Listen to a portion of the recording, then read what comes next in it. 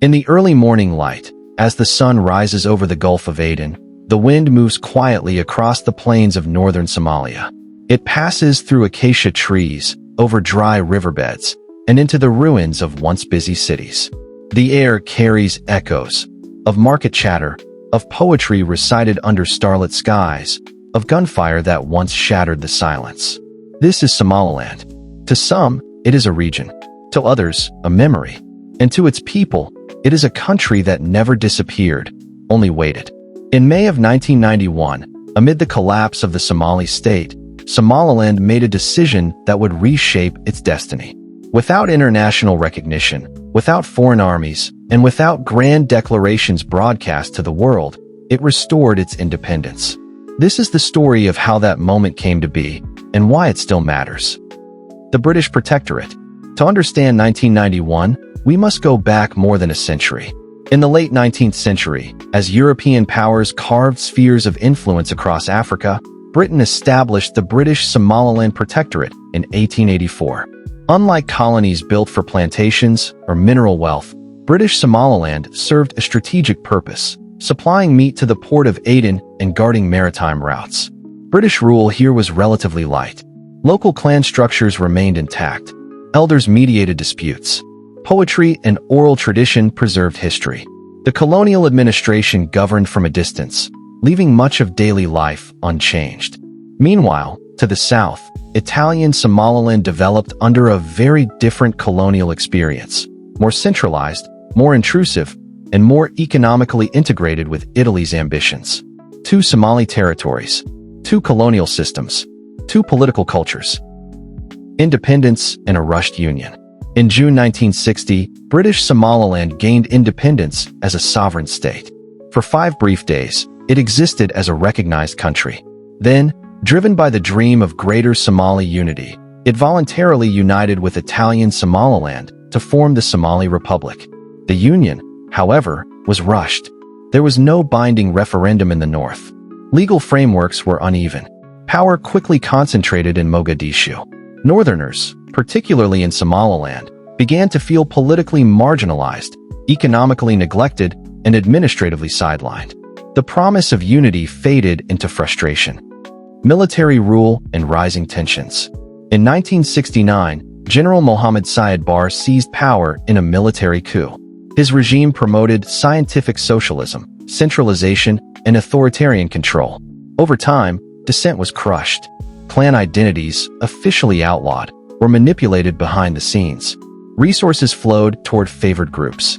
In the north, resentment hardened. By the late 1970s, opposition movements formed. Among them was the Somali National Movement, or SNM, largely rooted in the Isaaq clan family of Somaliland. What began as resistance would soon become rebellion. The Northern War. In the 1980s, the conflict intensified. SNM fighters launched attacks against government positions. The regime responded with overwhelming force. In 1988, the Somali government bombarded Hargeisa and Burao, major cities in Somaliland. Fighter jets screamed overhead. Artillery shook the ground. Civilians fled as buildings collapsed into dust. Hargeisa, once called the Dubai of East Africa, was reduced to rubble. Tens of thousands were killed. Hundreds of thousands fled to Ethiopia.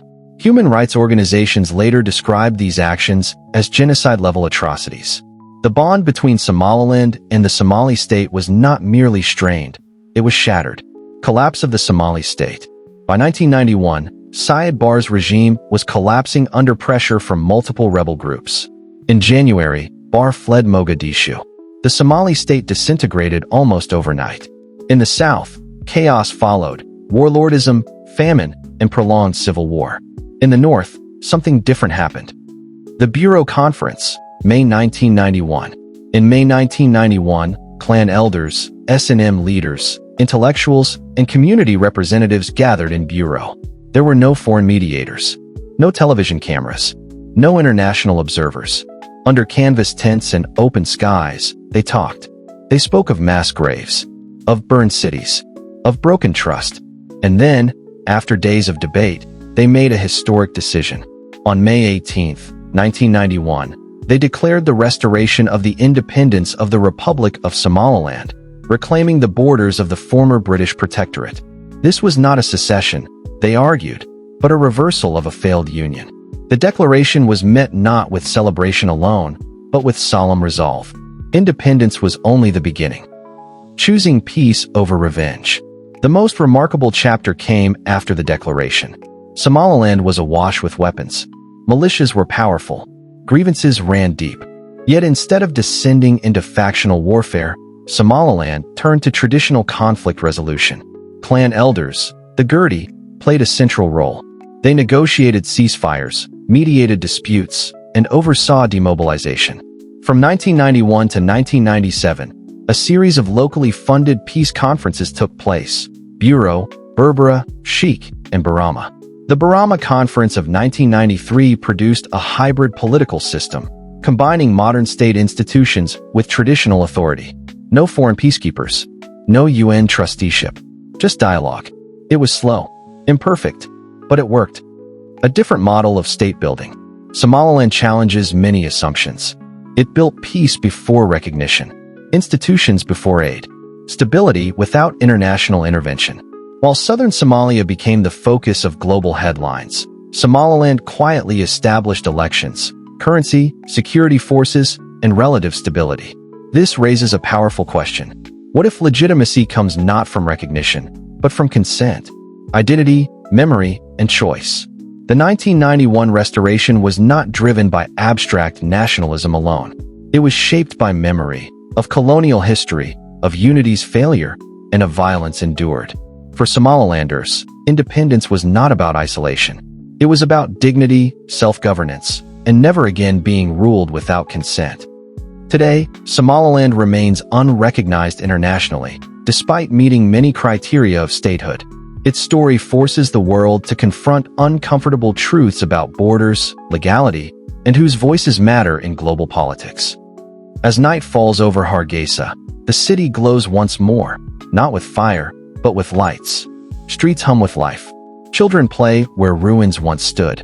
The Declaration of May 18, 1991, was not broadcast to the world. It did not come with applause or guarantees, but it endured. In a century defined by imposed borders and broken states, Somaliland chose a different path, one rooted in memory, dialogue, and resolve.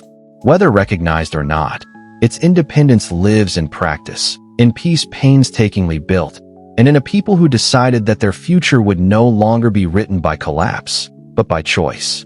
And sometimes, history's most powerful moments are not the loudest, but the ones that refuse to fade.